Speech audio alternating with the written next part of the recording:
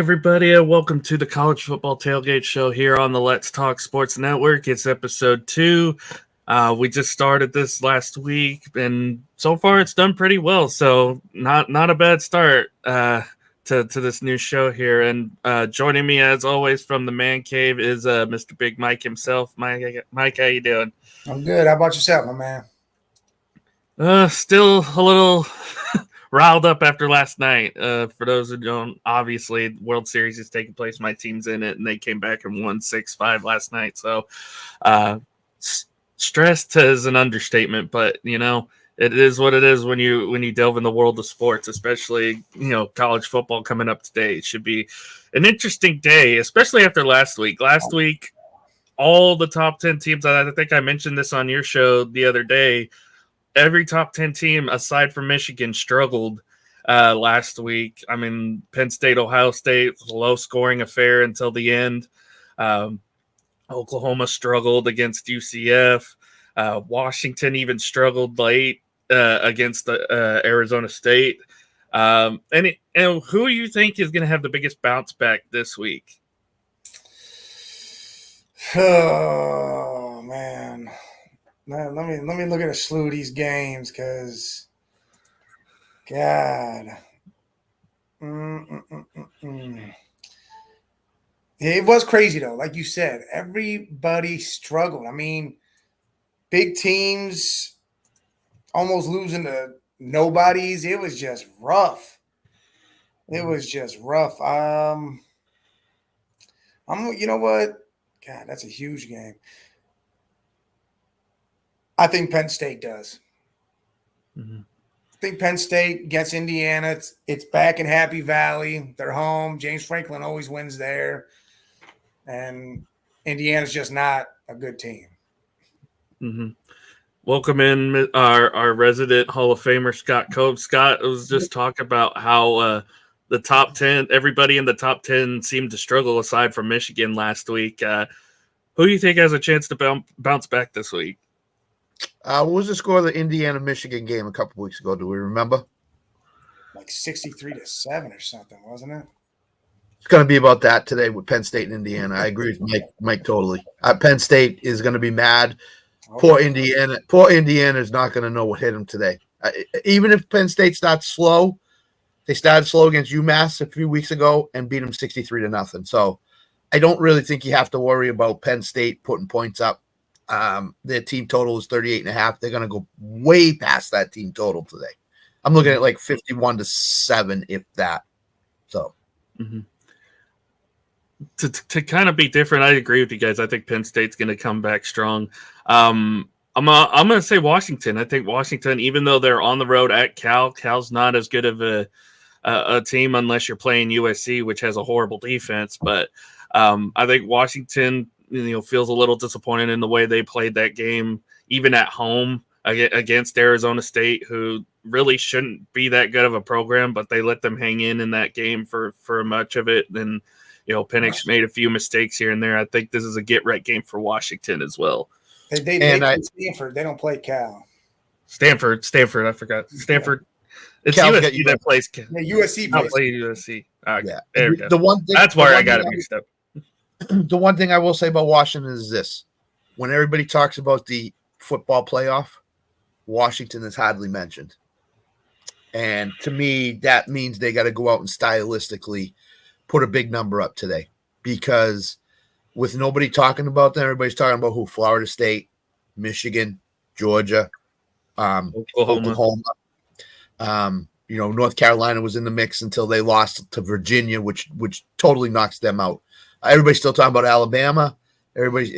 People are still talking about that, but what you don't hear is Washington. Mm-hmm. So I think today Washington has to be able to, Michael Penix has to be able to put up, I'd say no less than 40 points today for them to be in the conversation, even though they're going to be undefeated after today because they won't lose to Stanford. Stylistically, they have to be really, really good today. So, yeah. Got to put it on them at the very least. Going through this slate of games today, we got not really a top-notch slate, but still some pretty tough games. that can be considered today. We'll start off in the ACC. Florida State at number 4 right now, but they're on the road at Wake Forest. Wake Forest hasn't been the same team that they have been in the last couple of years, but shouldn't go as the same. Florida State has struggled in certain spots here recently, but should this be, should Florida State just come out and dominate in this week? That was a key word. I think so. Go ahead, Mike, and then I'll put in my thoughts after. There was a key word there. Should. They should come out and dominate. They should run away with this. Will they? I don't know. Sometimes they start slow. They like to act like they're going to play like a cat playing with a toy. You tease it, and then you destroy it. That's what Florida State does a lot, and that's the problem. I mean, they're going to win this game. I don't know. Actually, I don't know if we can say any of these games anymore after Virginia taking down North Carolina like they did, or UCF showing up and almost beating Oklahoma, and all these other teams showing up last week. But Florida State should, keyword again, should do their thing. Yeah, here's another team that people talk about them, but here's another team that's got to win by a big number today. These teams that are on the cusp, we mentioned them before, but I'll add Florida State in there. Florida State, Oklahoma. There's a glut of teams for the 3rd and 4th playoff spot. So to me, it comes down to how do you look at the end of the season. So Florida State needs to put a big number on Wake Forest, and I think they will.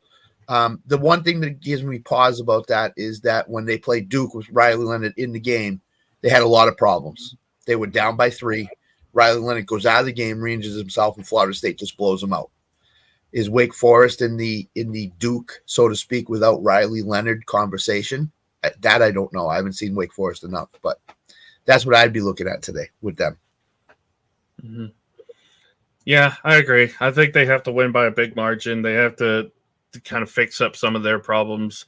Like we said, Wake Forest is not a good team, or at least they shouldn't be. We said that about Virginia Tech last week, and they ended up pulling off probably the biggest upset, one of the biggest upsets of the year so far, in knocking off North Carolina. But they got to take care of business today. If they still want to be, like you said, Scott, if they still want to be in that consideration for that 3rd or 4th playoff spot, they gotta go out and they gotta win big today. Mm-hmm. Especially and the thing with the playoff that gives me worried, I don't know how Mike feels about this, is Alabama still is being talked about, and they have 1 loss, and they did not look good against Tennessee for 3/4 of that game before they put it on and won by 14 going away. So with Alabama still being talked about out there for the college football playoff at 1 loss, these teams, as you have the schools symbols up, Florida State and Oklahoma, they got to win big. They have to. So I don't know how Mike feels about it, but the whole thing with this, win big, and they got to put forth all this. I mean, Oklahoma's got a tough game. I mean, Kansas isn't just a pushover anymore. They're actually a football team now. You could actually say, hey, we're going to Kansas. It's going to be some good stuff. Mm-hmm. But Florida State. The big thing in their favor today, though, is no Jaden Daniels for Kansas today. It is James Bean at quarterback, but still, James Bean is not a terrible quarterback. He's not a bad one. He can still go out there and make plays. He did well against Texas a couple weeks ago. Kansas, before Mike goes, Kansas is off a bye, so they've had 2 weeks to prepare for Oklahoma. So. I was about to say that, and then also back to the Bama thing. It's always a formality that they're talked about. They can probably lose 4 games, and they're still going to be talked about like they're some top-tier team. It's just how the media and everybody perceives Saban and them down there. I don't think it really matters. Right. I don't think they make the playoffs or anything like that. Right, right.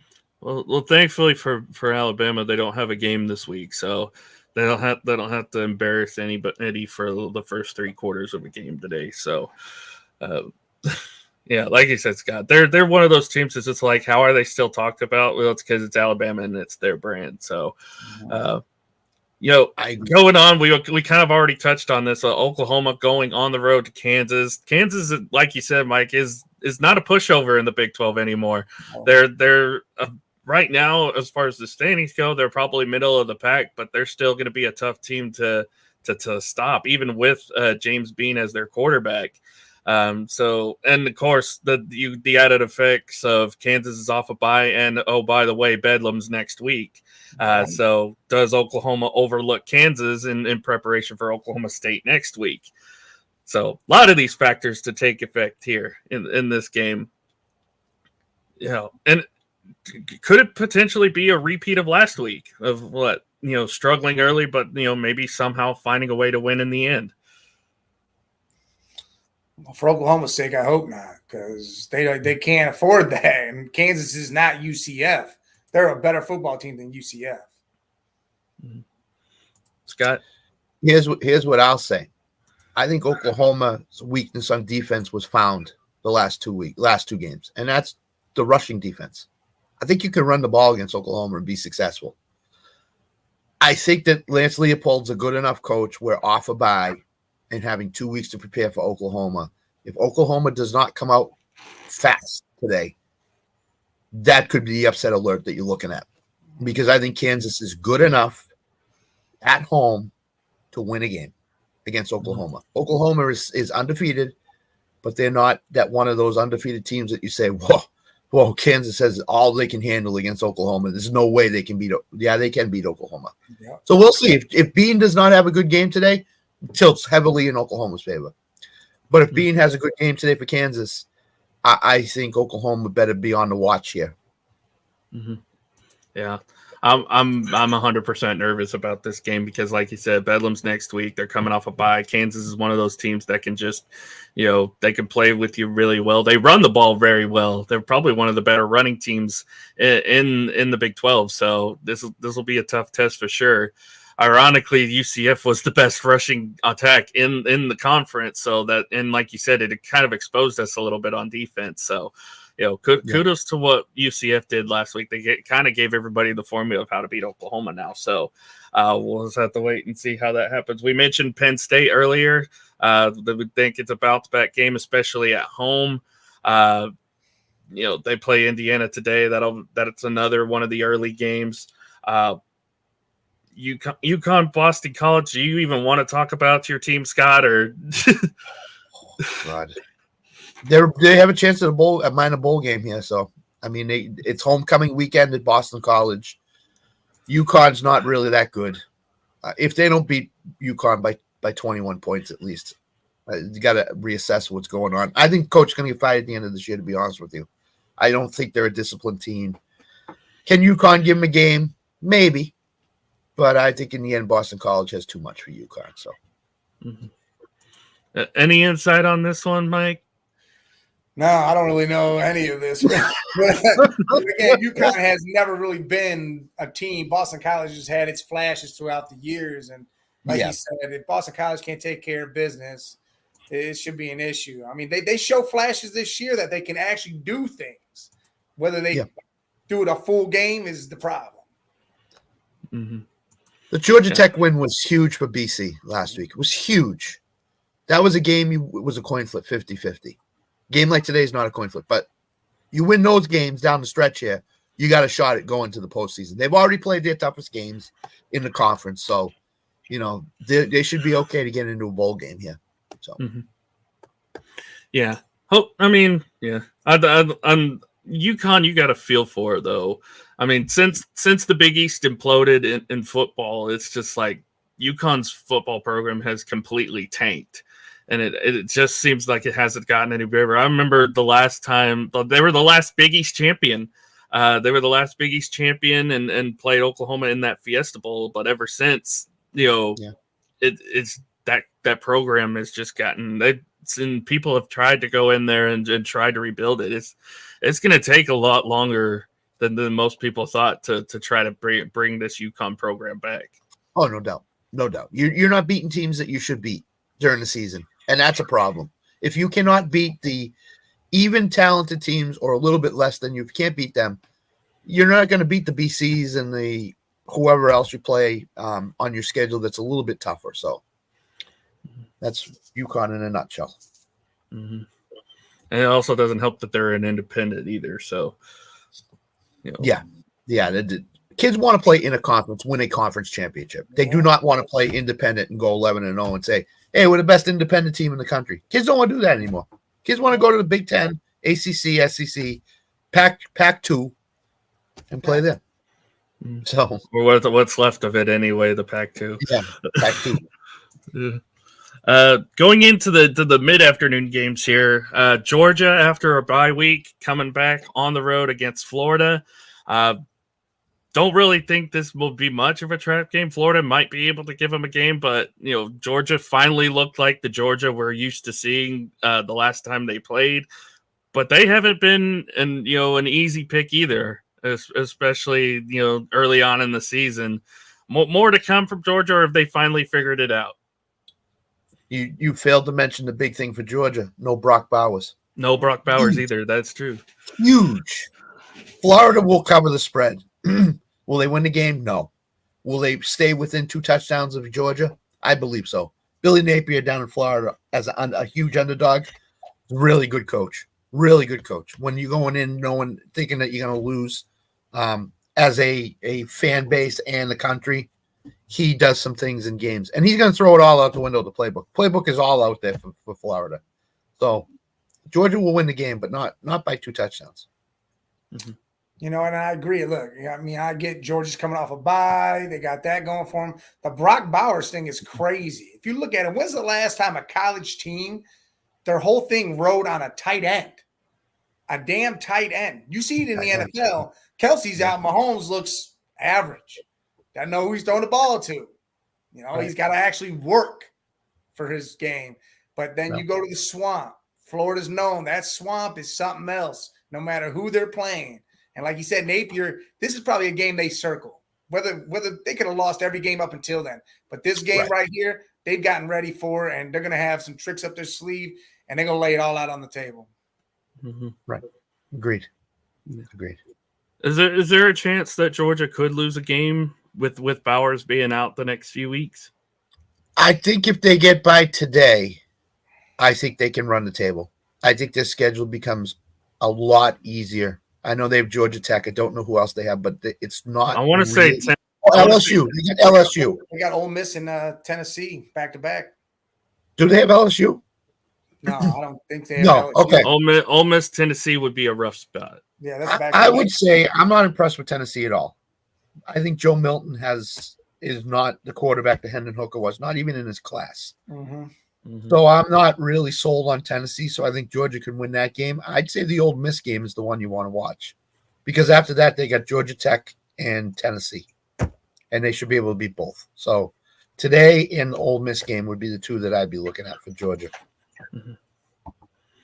Yeah, I agree. I think if they get by today, it should be smooth sailing unless they hiccup against Ole Miss. But yeah, I really don't see that happening. Even without Brock Bowers, I think they'll be able to generate enough offense to get them going, and their defense will shut teams down too. So, no worries here for Georgia, except for like a couple games, like Scott mentioned.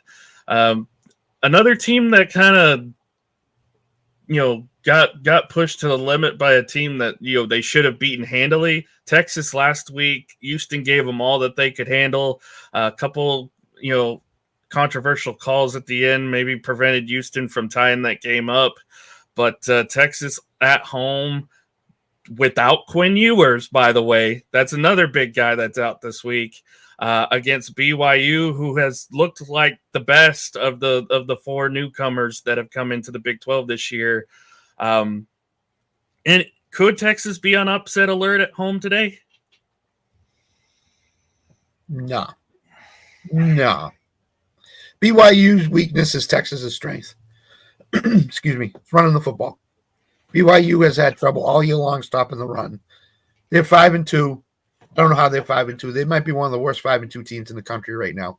And their quarterback, who was supposed to be really, really good, hasn't really panned out the way he should have this year. So even with Texas losing to Ewers, I just can't see them losing to BYU today. Yeah, that is the only thing for Texas. They're losing their quarterback, but you got guys capable to step up. The rest of the team's there. They're going to be strong. And Slovis for BYU, I mean, you saw what he did at USC too. Like, he just wasn't that guy. He's not that dude. he can't play like everybody thought he was going to play. And then, change of scenery. Everybody thought maybe, hey, he's coming back. And he showed up at the beginning of the season, and then that's it. That was the end of it. Texas here the next couple weeks. Obviously, like I said, they host BYU today. They host Kansas State next week, and they go to TCU the following week after. So, any chance they could lose with viewers out? I've said it all along. Iowa State and Texas Tech to close out the season. So I've said it all year, and I'll say it again. I do not trust Steve Sarkisian in a big game. I just don't trust him. I don't know why. I just don't trust him. The Oklahoma game, you're up. Oklahoma runs right down the field, scores a touchdown, wins the game. Okay, Yeah. That's the things I'm talking about. All you've got to do is come up with one stop in a big time situation, and you win the game. And you're probably a top 3 ranked team in the country right now, and you couldn't do it. So to me, I think there's going to be a game where it's going to be a Houston game. It's going to be close where nobody sees it coming. Where it is, no idea. It could be Kansas State next week. But I think they will take care of Texas Tech, BYU, those teams, and they will have trouble against Iowa State, who's defensively very, very good. And Kansas State could give them a little run too. So those are the 2 games I'd watch with Texas. Mm-hmm. Yeah. Iowa State hasn't been a bad team.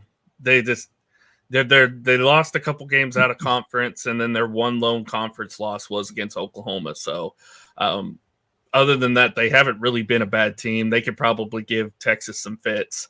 Kansas State, I agree with you. I think they could give them fits. Even TCU, even though TCU looks a shell of themselves from what they were last year, they could probably give Texas some fits here as well. So they got a tough stretch here coming up. Big one, probably the biggest game of the day. Oregon on the road at Utah. Utah coming off the big win against USC last week. Oregon coming off their bounce back win, 2 weeks removed from a tough loss at Washington. Where do we see with this game, Go ahead, Mike. You can go ahead, Mike. Man, this is going to be a good game to watch. I mean, you got Oregon who needs to show that they can win a big game right now after the Washington thing. Utah is rolling. They got the pig farmer quarterback back there doing his thing, slanging the ball around. That defense is real. They showed you that. I don't know, man. I don't know which way I would really go with this. I like Utah at home because defense at home is always better than usually offense on the road. So I'll take Utah in a close one, but this game is going to be a real good game. I love Utah at home today simply because Dan Lanning makes some awful decisions as a coach. He gives up field goals. He doesn't. When you're on the road, you need to get points where you can. Dan Lanning does not get points where he can. He does not want to kick field goals. He wants to score touchdowns. Bo Nix, great quarterback. One of the best top 5 in NCAA. No doubt about it.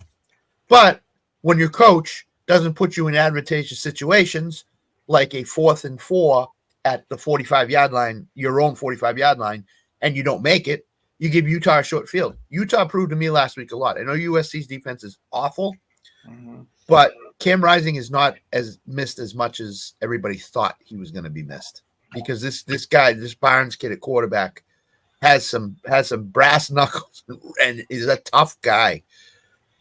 I don't know if Utah will win the game at home today, but I think it will be a last possession type of game where Utah. But I do lean toward Utah today. I think Utah could beat Oregon. Yeah, I'm right there with you, especially with Utah being at home. They definitely that crowd is something else in Utah as well. So I give them the edge there. And I think, like you said, Dan Lanning has had some questionable decision making as far as, going for points, not going for points. Hurt him a little bit in the Washington game, as we talked about. There's a couple spots where it hasn't been good for Oregon, and that's kind of what Oregon's team is in a nutshell. So, do I think Oregon? Go ahead, Alan. I will say one last thing. Oregon last week against USC held them to 17 points through 3 quarters. The only reason why USC put 32 up is because they got a pick 6 from Barnes, the quarterback. And as strange as this sounds, Utah allowed USC to score on that last drive because they knew they could come back down the field and win. They wanted to have enough time on the clock to come back down the field and kick that field goal to win. They knew they were going to win the game once they got the ball back. Great decision by Whittingham, the coach of Utah, to just allow. And I hit a parlay because of USC scoring, but I digress. He allowed a team to score, to go down the field and score. And said to his defense, "Hey, let them score. Let them score. We're going to come down the field, kick a field goal, and win." Kudos to Whittingham. He knows exactly what's going on. So that's why I think Oregon is going to be in a little bit of trouble today at Utah. You know what's crazy is why don't more coaches do that move?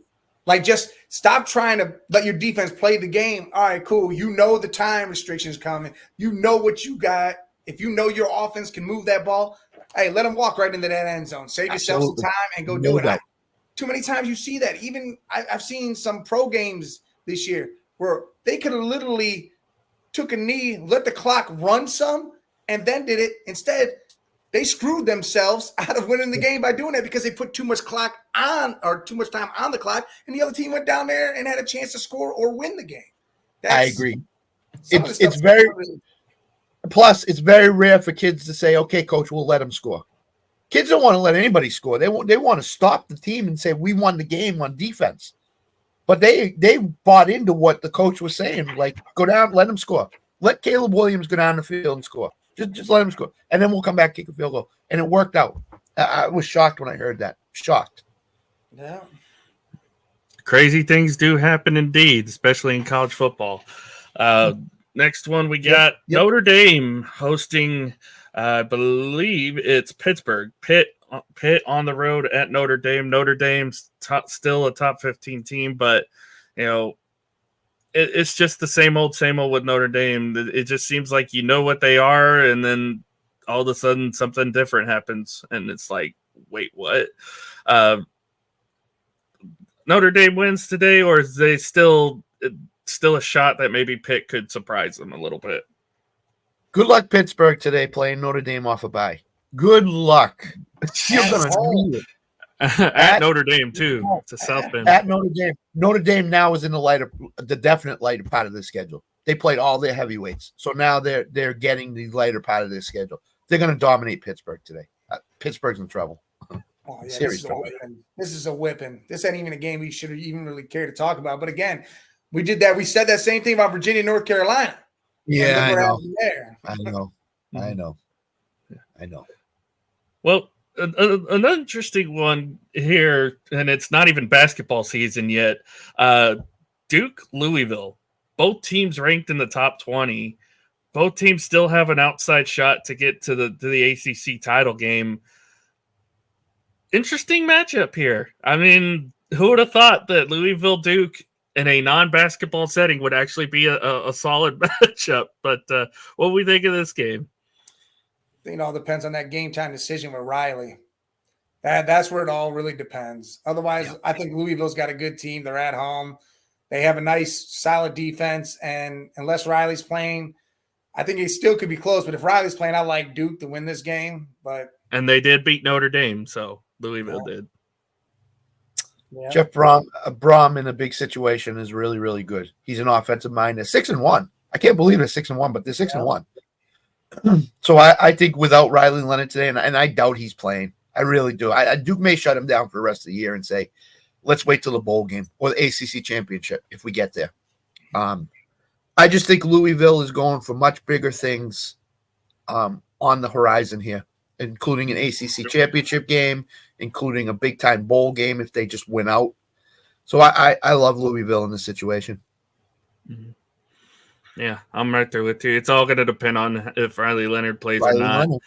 And, Louisville, as you mentioned, they played very well so far this year. Did get the upset win over Notre Dame a couple weeks ago. Solid, really solid team so far this year. USC on the road at Cal. Again, their defense reared its ugly head last week. Losing to Utah, as we kind of mentioned on the game-winning field goal at the end of the game. More troubles with the defense, or is this a get-right game for USC this week? It's a get-right game. Mm-hmm. Get-right game. USC is going to put 40 up on the board. I don't think the defense is bad enough. Although I will say this, Cal has played much, much better lately. They have looked like a good offensive team. This game last year was 41-35. USC won. I think I think Cal could put up 30, but I think USC is going to put up in the 40s. So I agree. Cal will score because, again, you saw San Jose State put up 21. Everybody's put up 21 and over on USC, and Cal's probably going to do the same thing, and they'll be in the 30s, but USC should definitely get right with this. Mm-hmm. Yeah, I agree. I think they should get right. If they lose to Cal today, then I'm done with USC this year. I'm done with Caleb Williams if they lose to Cal. I'm done with Caleb Williams. Yeah. Well, here's what I will tell you. Caleb Williams is now hearing talk that he's not going to be the number one pick in the NFL draft. It's going to be Drake May. So he needs to really put together some good offensive. And he had trouble against Utah for 3 quarters last week before he fight. So as I said 2 weeks ago, as I said last week, and I've said on the Let's Talk Sports show, when Caleb Williams plays a good defense, he has trouble. Notre Dame, Utah. He has problems. When he plays a subpar defense, he's really, really good. And this Cal team is a subpar defense, so he's going to be really, really good today. He needs to put together some really, really good performances here. He's not going to win the Heisman. He's not winning the Heisman, I don't think. I think that's gone. So that should be. Yeah, I agree. Should be. Mm-hmm. Well, it has no effect on what's going to happen at the top, or maybe even the top 25 in general. And a game that I'm kind of intrigued by that I see here: Wyoming, Boise State. Both of these teams can score. Boise State averaging 400 plus yards a game. Wyoming's up there as well. They're like 380, I believe. This could potentially be a high scoring affair. Both teams are 2-1 in conference. This might determine who plays in the conference championship. Should be a fun game that really nobody's going to be talking about because, well, it's not a top 25 matchup. But interesting here because Boise State has always been the dominant team in their conference, but now Wyoming's kind of come out of nowhere. They play good against Texas. They play good against some of these top tier teams. Is Wyoming starting to take over their conference a little bit here, Scott? No, Air Force is still there. Air Force. Oh, Air Force. Air Force is in that conference. They had a great opportunity. I watched the whole game, Wyoming and Air Force. I don't know why. I just watched it. I didn't have a bet on nothing. Wyoming had a really good chance to win that game. One problem, they couldn't stop Air Force's running attack. Just couldn't stop it. I mean, Air Force got whatever they needed when they needed it. So if Boise State can run the ball, I think that's where Wyoming's weakness is. Can they put points up? Absolutely. This could be a 34-31 type of game. No doubt about it. But I just think that Wyoming blew their chance at the conference last week, losing to Air Force. And that's going to be hard to make up, I think, for them. So, I agree. I mean, but these games right here, these are the games that no one ever wants to talk about, or everybody's like, oh, they don't mean anything. The problem is this game will probably be one of the best games on the day. Yes. Yep. Mm-hmm. Yep. Speaking of Air Force at Colorado State, I think right now, if the season ended today, Air Force would be the non-Power 5, the Group of 5 rep going into the New Year's 6 games. And if we had the 12-team playoff, Air Force would be in the playoff. So again, like you said, Scott, this Air Force team is really, really good. They've run the ball effectively. Colorado State has proven, though, that they can put up some points. We saw what they did against Colorado, a few weeks ago, and they've been kind of iffy since. But should Air Force be sleeping on Colorado State, especially on the road? No, at Colorado. No, I mean, this is a rivalry game. First of all, Air Force, Colorado State. So Colorado State's played 2 rivalry games this week: University of Colorado and Air Force. The one thing I will say, which impressed me about Air Force, is teams know they're going to run the ball. They know it. It's coming, and they can't stop it. You can't stop it. So to me, the Air Force game, even though they won 17-6 last week, it didn't look like they played well. They were dominant on defense. Army didn't rack up any yards. Navy didn't rack up any yards last week against them. So I think Air Force defensively will be in good shape. Colorado State went from winning a nail biter at the buzzer to losing on the last play to UNLV with the kick last week. So Colorado State's had the extremes of both sides.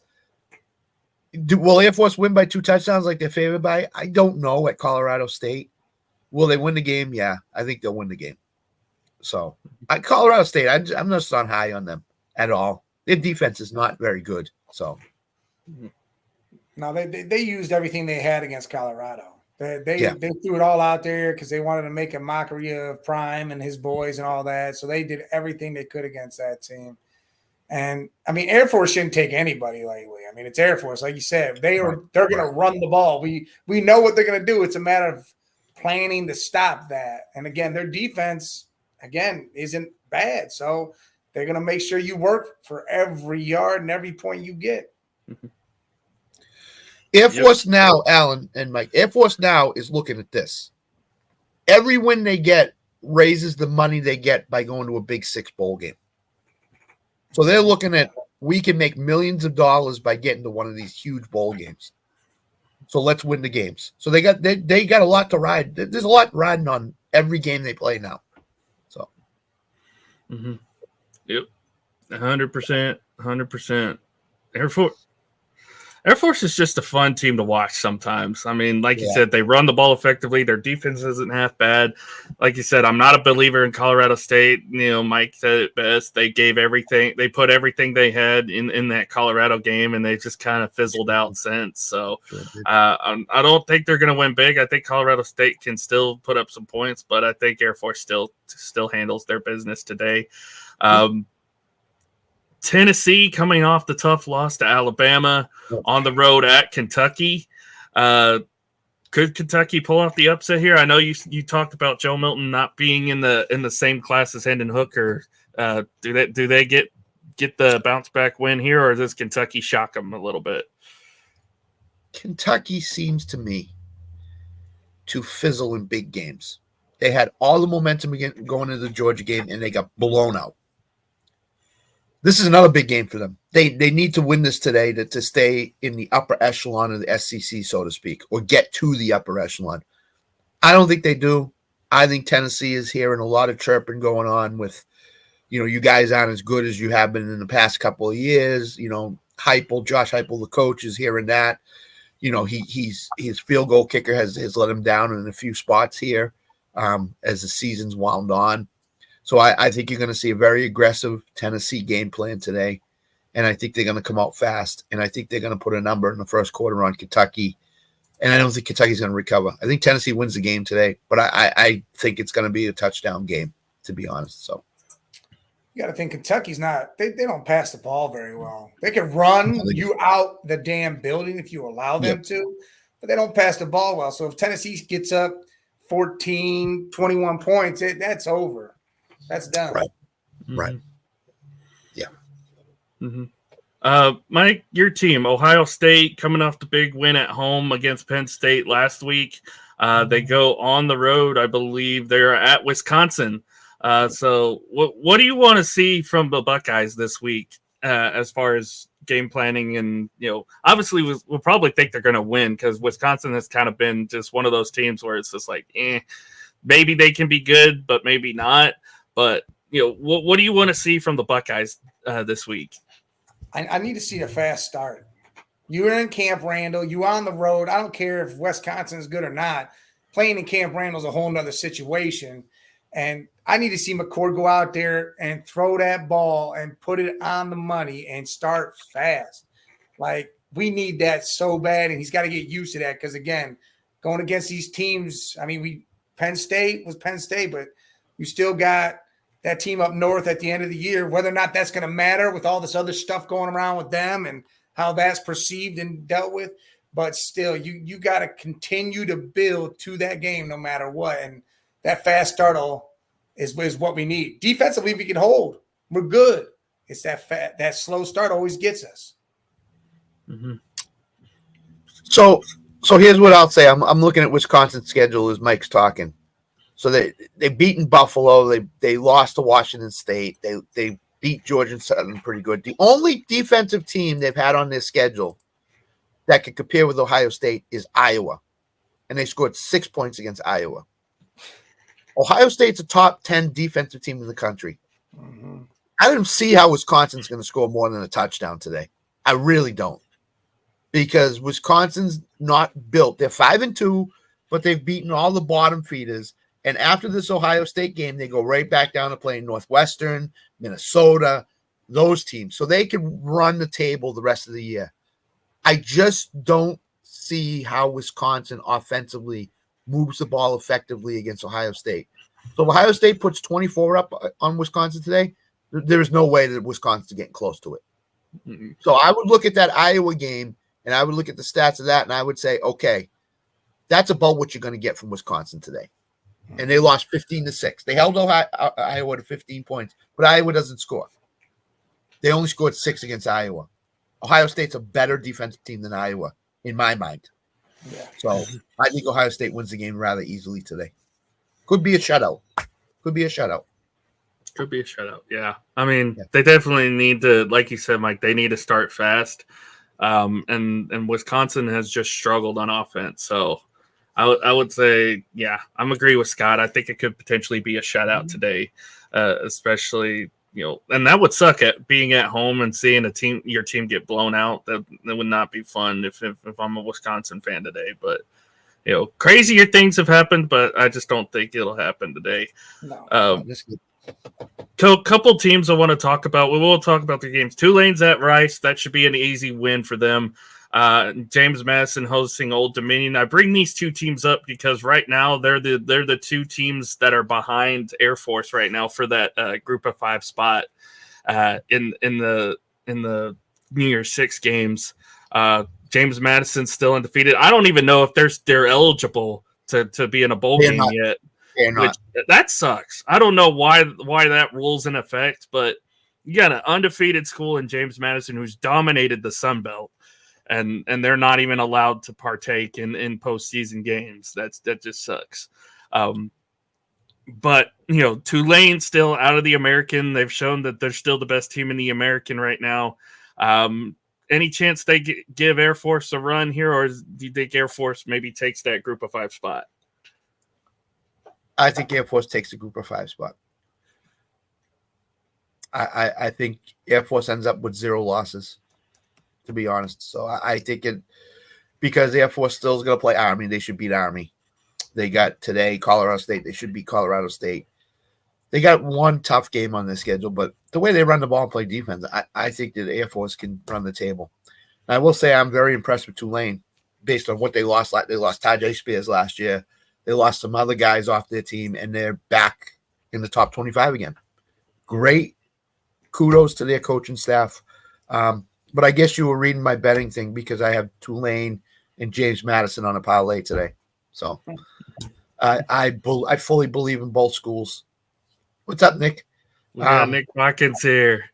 Your show's doing well when you get the Botkins bump, whether it's in the comments or not. It's the Botkins KOD, not the Botkins bump. But he changed it finally. He changed it. Well, yeah, it's the kiss of death. So, yeah, I think James Madison and Tulane are good enough to win today. Old Dominion, I don't know very much about. I tried to look up some stuff on them.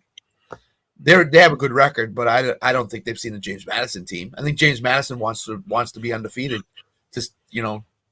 to show that they're capable enough. And the NCAA has to stop with this. When you jump up to the Division 1A, you don't get in the bowl for 4 years. You need to stop. That's stupid. Yeah, they need to. Charlie Baker, who's the governor here in Massachusetts, he needs to get that rule out, because James Madison would represent the NCAA in a great light in a top 10 bowl game, so to speak. So, yeah, definitely. We'll kind of skip around here, coming back to some of the better games, the better evening games. But there's one game that kind of intrigues me. You mentioned Air Force; they're the best team in the Mountain West right now. The two teams that are right behind them, UNLV and Fresno State. Both of those teams play each other today.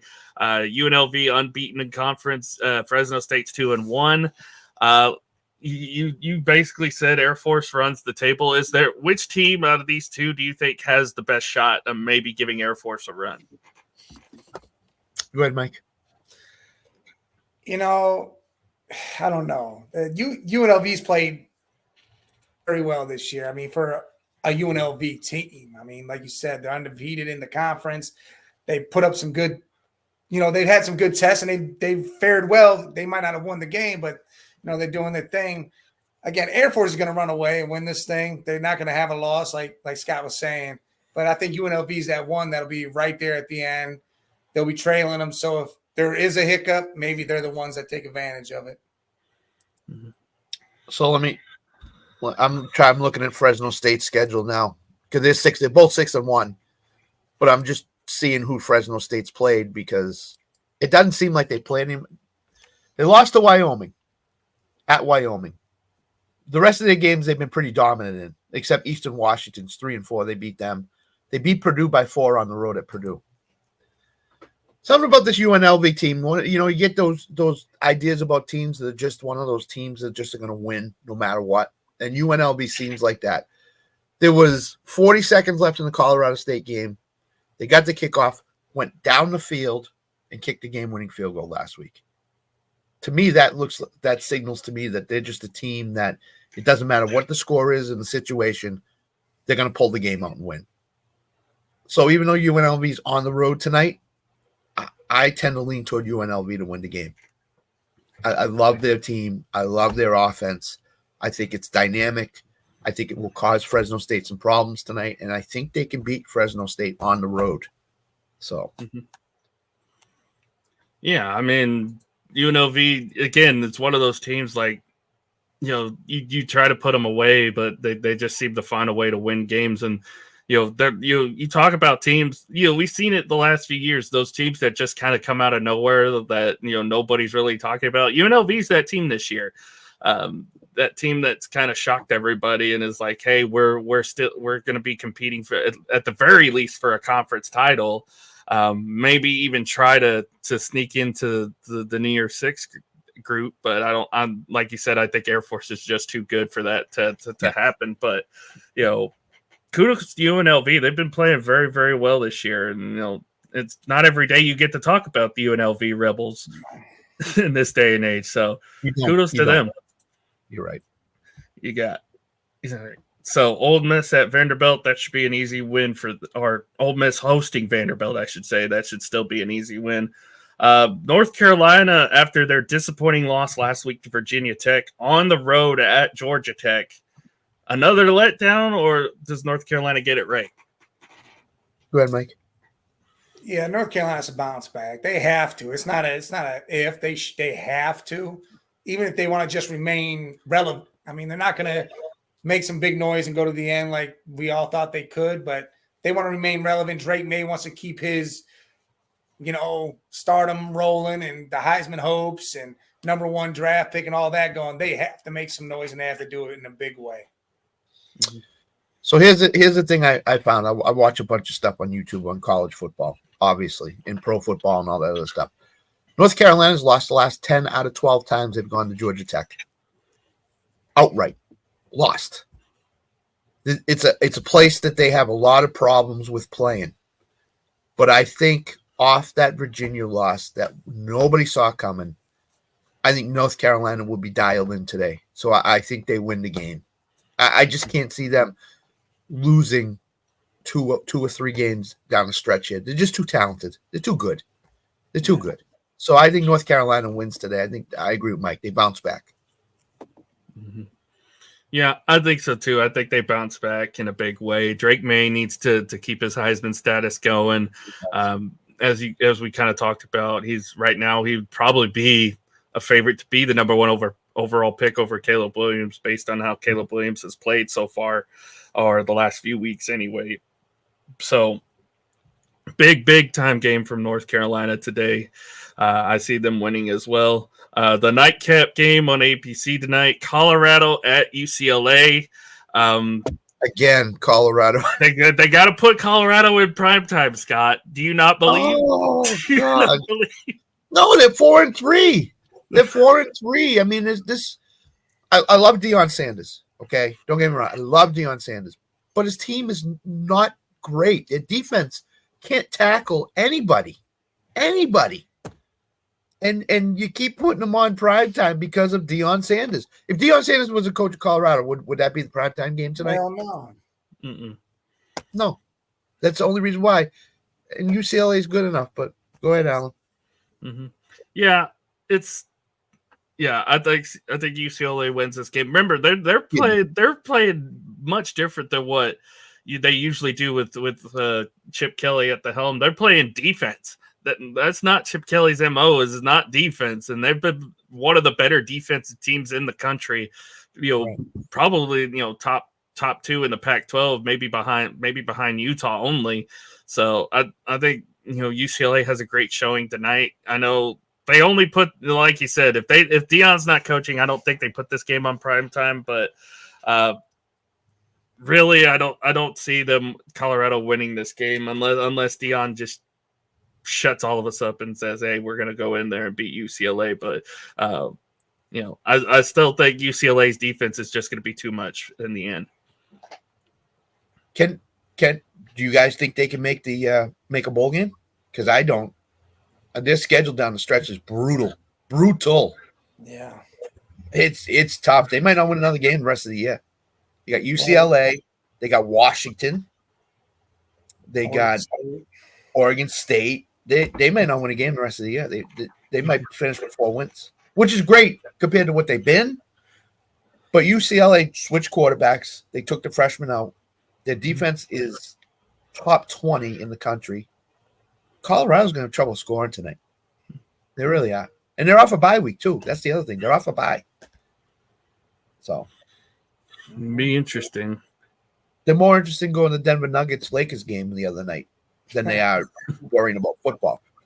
Deion, his son, and Travis Hunter were sitting front row at the Denver Nuggets Lakers game the other night. Yep, shooting threes on the court at halftime. Yeah. Where'd they get those tickets from? I mean, it's the Nuggets. It's the champions. Where are you getting those tickets from? The Denver Nuggets set them up. Really nice and gave them tickets. Yeah.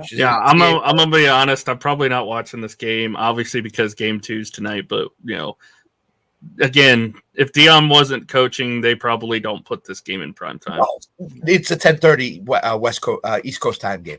If Deion's not there, for sure. Yeah. It's one of those games where you have to stay up and actually watch it, and you have to be a Pac-12 believer to watch it. Which I don't mind because I got to bet in on the game. So if it's in primetime, I'm all for it. Yeah, as long as Colorado doesn't win. So. Yeah, it's the 7:30 game tonight on ABC. So yep. So it's early. Speaking of Oregon State, we mentioned them a little bit in this last section. They're at Arizona. They're ranked number 11. They're right behind Oregon and Washington as far as getting it as the Pac-12 standings goes. Any chance Oregon State kind of surprises some people, maybe sneaks in? Because it seems like the Pac-12 is going to have a lot of good teams that are going to be vying for that championship spot. We mentioned Utah earlier, Washington, Oregon, and here's Oregon State. It seems like nobody's really talking about this team right now. Good, Mike. The Beavers, they got old boy from Clemson. Now, I'm not even going to try to pronounce his damn name. But DJU. Yeah. DJU. Yeah, he's out there doing his thing. And that defense is showing up too. I mean, they're sneaky good is what they are. Because, you don't look at Oregon State to be like that. I haven't looked at them like that for a while. But the problem is with this is they're playing an Arizona team who, shows up with some defense and they surprise teams.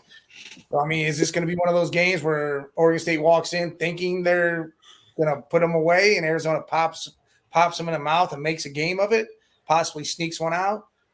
Well, I hope not, because I really want to see the Beavers in there at the end. I want to see them make that push into the top 6. See one of these Pac-12 teams make the 4. Mm-hmm. Arizona wins the game tonight. Oh. There's always that one game that the team goes into Arizona and loses. It's happened over and over again. This is the game tonight that a ranked team goes into Arizona and loses the game, and I think it's Oregon State. I really do. Ooh. I think Arizona is a really good home team, and I think they'll get Oregon State tonight. Damn. Hot take from Scott, man. I could be way off base, but I've gone back and looked. There's always been one ranked team that has either just barely get out with a win or has lost outright to Arizona. And Jedfish could have his team ready for Oregon State tonight, because I think this could be the week that they get got, so to speak.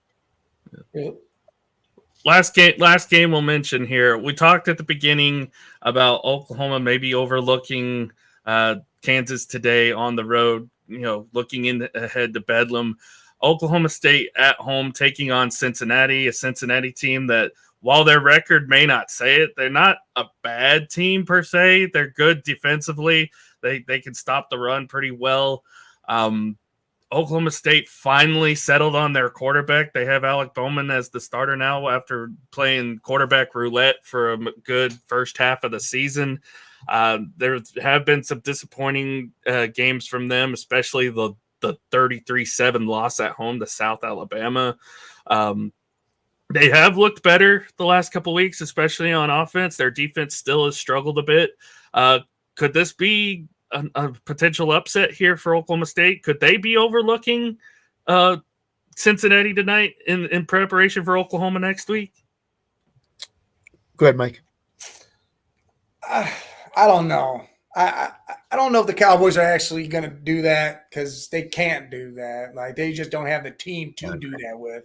So I think they're going to play this game as tough as they should, and they should win this game. That way they can go with a head of steam rolling into the Bedlam. That's what they want. They want that, because if they take this game lightly and lose, then they're going to walk into Bedlam and Oklahoma's going to steamroll them, and it's going to be the worst Bedlam game they've had in years, and they don't want that. So, no, they're not going to take it lightly. They're going to do their thing. They're going to beat the Bearcats, and Bedlam will be as good as it should be for the last time. Yeah, if you lose this game, you take all the luster off of Bedlam. Yep. All of it.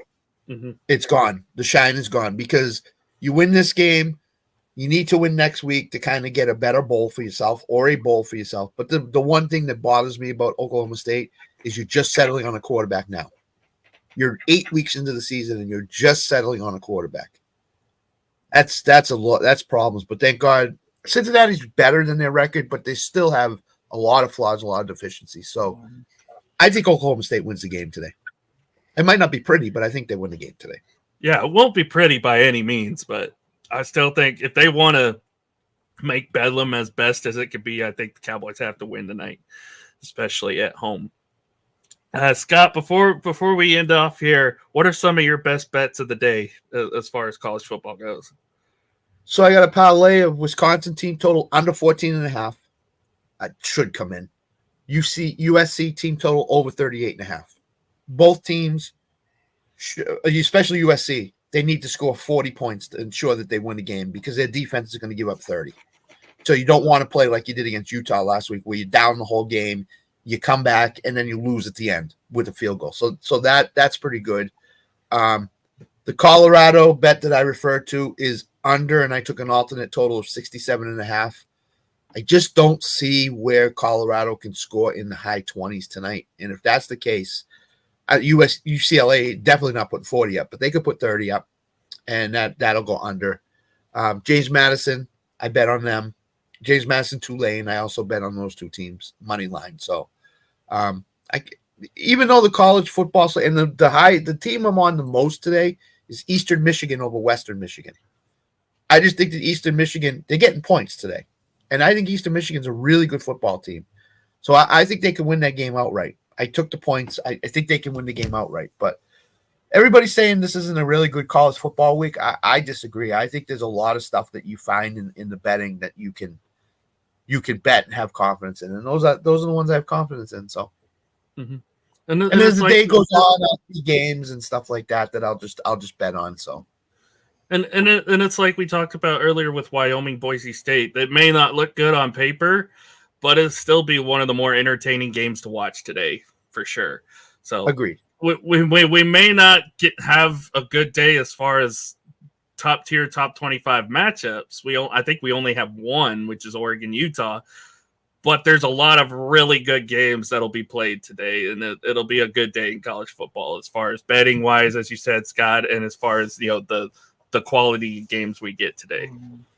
Yeah, and I don't know how you guys feel about, but we're in the stretch run here. We're in the last 4 weeks of college football. Mm-hmm. So some teams is this the first playoff ranking after this week? No, I think there was one. Was it one last week? It might have been one. I didn't see one this week. So okay, so this might be the first week. I'm interested to see in that playoff ranking who's 3 and who's 4, because you know who the top 2 are. It's Georgia, Michigan.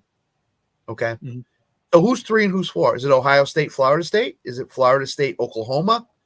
Is it Oklahoma and Alabama? Who is it? I mean, it's tough to tell what these guys are thinking, but I'm very interested to see what way the committee is going toward this playoff race. If I had to say, I would say obviously Georgia 1, Michigan 2, or you could flip it depending on how your perspective of each team is. Like you said, 3 and 4 are tough right now. I would actually put Florida State 3, Ohio State 4. I would have Ohio State still in there because I think they showed at least defensively that they could still hang with some of these top tier teams. I think, and if they find their offense, I think they have a real good shot at beating Michigan this year. So, a lot of people are saying Jim Harbaugh's on the mission, go win a national championship and then go to the NFL. But don't overlook Ohio State. Ohio State can still play defense and hang with them. So as far as outside looking in, I would say right now probably be Washington and Oklahoma. But that would be my top 4 right now. So who's 5? Oklahoma? Yeah. Because Washington, I feel, had the worst win out of the 2 last week. They certainly did. Last week was a terrible win. Barely beating a Arizona State team that is god awful. As far as ranked, I see Central Florida. I said BYU is probably the best out of the new teams coming in. Central Florida might actually be that. It might not say that on their record, but they have a good enough offense to hang with anybody in the Big 12. So, I would give Oklahoma that edge, and plus they have the best win of the year and beating Texas. Even though because Texas did beat Alabama and Oklahoma beat Texas, I would give Oklahoma that edge right now. Yeah. You guys want to give yours before we end off? So mine would be Georgia 1, Michigan 2. Even though I really think it should be Michigan 1, Georgia 2. Actually, Michigan 1, Georgia 2. I'll go Florida State 3, and I'll go Ohio State 4. I'm going to go the same with Scott, but to be honest, I think that 3-4 can be flip-flop real easily, easily. And again, all this crap going on with this videos and all this other stuff with Michigan, I don't know what all that's going to do or what's going to happen out of that. That's a lot of craziness. And if all that comes out to be true and they find a lot of that stuff, holy shit. Yeah. But, Michigan really hasn't played anybody. But Georgia's also almost lost to shit squad. So that's why I would think the team up north should be number 1 right now. We will find a lot out about Michigan next week when they play Penn State. We will find out as much as we need to know whether they are a real national title contender or if they just barely beat Penn State or lose to them, if they're a fraud. That's what we'll find out about Michigan next week. Yeah. How good are they? Because as Mike said, they haven't played anybody. You could beat, Indiana, Wisconsin, all these teams, Michigan State, you beat them easily. You can have your backups in and beat them. But when you play Penn State and Ohio State, 2 of the last 3 games, Yeah. You better play well, because if you lose, the committee's liable to say, "Hey, you got all this stuff going on. We don't want you here. You're a distraction. Goodbye." Mhm. And put Alabama in that spot, or Oklahoma, or LSU, whoever it may be. But Yeah. Really, 3 through 6 right now is interchangeable. You could put either of those teams in 3 and 4. I just think Florida State. Ohio State probably could be 3 because Florida State's been shaky in certain spots. Like Mike said, Ohio State's had trouble getting started early. Washington laid the egg against Arizona State last week. Oklahoma, you had to come back to survive in that game. Alabama hasn't looked like Alabama all year. Oregon had the close. Oregon, really, you could still put up there because their best loss was to Washington, and in a very close loss. you can't, though, because if you're saying Washington's not getting in it, how can you say Oregon's getting in it? Washington beat Oregon. Well, You I mean, can't say yeah. that. Well, I can't mean say that they're still in contention. I'm not saying they would be in there. They are, but I if would they go to I would Utah, still put Washington. Washington would still get in because of head to head. Oh yeah. But I don't know if Mike agrees. But if they go to Utah and lose today, they're out. They're done. They're done. They let it. So yeah. But yeah, good show as always. We got college football starting to kick off here right now. We got the noon games are about to kick off. Gentlemen, where can I'll start with you, Mike. Where can the people find you at? What you got coming up? Or Scott, did you have something? Well, Jay just mentioned something about Tennessee. I agree with him 1,000% on what he just said about Tennessee. Oh yeah. Yep. Yeah, they have to start out fast. If they don't start out fast, they're done. They're done. So. Mm-hmm. All right. Every Tuesday, Wednesday, 6:30 at the Man Cave 8172 on YouTube. We do our sports show on Tuesday, Relax Wednesday on Wednesday. I do the AFC North show following that at 8 o'clock with my boy Bobby. But yeah, that's all. The Man Cave 8172 is in it. Instagram, the Man Cave 10 for TikTok, Facebook, and Twitter. Mm-hmm. Scott, where are going to people find you at? What you got coming up? So on Discord today, I'll be putting out some NFL picks and props. So be on the Let's Talk Sports Discord. So be on the lookout for that. Number 1. Number 2, LTS show pregame tomorrow, 10 a.m. Eastern, 9 a.m. Central.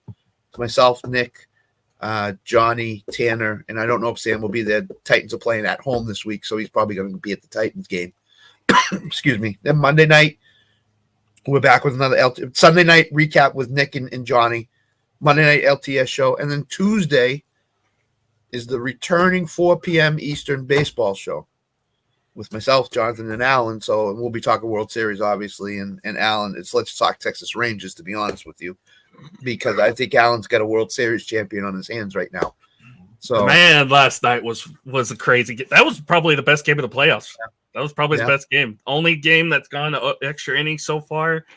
You had Corey Seager, the game-tying home run there in the bottom of the ninth, and then of course it's Garcia that ends up getting the game-winning run at the end. So I didn't have it on. Yeah, I didn't have it on. He was on base. He was on base 5 times last night. His magical postseason is still going. Yeah, I didn't watch it because I was watching the Celtics Heat game last night. But Nick was filling us in on the Let's Talk Sports chat. So kudos to the Rangers. Kudos to the Rangers. I think I think you're gonna get a World Series champion, Alan. You say that. Yeah. Last night was the David Freese anniversary. We're trying to erase that memory. Yeah. And then Wednesdays, Let's Talk Bets with myself, Tanner, and Matt Larison. So plenty of stuff to go around. And I'll be everywhere and Let's Talk Sports. So looking forward to it. Oh yeah. Well, for me, you can find me on Twitter at APRAlis30. Later today, tonight, I should say, we'll have Let's Talk Dallas Cowboys with everybody's favorite Cowboy fan, Flo. We got Canteen as well joining me for that. We'll be talking about the game tomorrow between the LA Rams. Should be a good one there. Tomorrow night, I will be on the Sunday night post-game show with Rob Logan and Johnny Cruz. And we're probably going early tomorrow night because it's Bears and Chargers. That should be a fun game. Ugh. I don't know if Rob will be happy or not in that game. He'll probably be calling for Staley's job like he has for the last 2 years. If the Bears beat the Chargers, he will be. If the Bears beat the Chargers, Staley, I said it this week. If the Bears beat the Chargers, Staley should be fired on the spot. Yeah, that's just me. Too cheap. I don't know if they will. It's too cheap. Oh, and also tonight I will be on Hear Me Out. I'll be on Hear Me Out. They're with the Rec Room guys. They'll be bringing it back tonight. So I'll be with Jay. I don't know who else is going to be on there tonight, but we'll be talking some NFL. We'll be talking some baseball, basketball, NBA, other stuff like that tonight. So I'll be on with them. As Scott mentioned, baseball show will be back to its regular time next week on Tuesday, 4 p.m. Eastern. Got the NFC South Roundtable, which I moderate, the NFC East Roundtable, both on Wednesday. I'm taking over Johnny's position as the man. Alan's the second highest paid man on Let's Talk Sports after Johnny Caruso. Hey, Jake Witt called me the Rookie of the Year the last time I was on their show, so I'll gladly take that honor, I guess. But and then of course this is our second episode. We'll be back next Saturday, 11 a.m. Eastern. Try to get some more people on. Who knows? I did talk with Jonathan. He might be making a guest appearance here or two in a week or so, depending. We might talk some LSU Tigers, even though they're not playing today. But anything else, gentlemen, before we end off here? No. Guys, like, comment, share, subscribe, all that good stuff. Show some love to everybody here on Let's Talk Sports. Everybody does a fantastic job in putting this community together.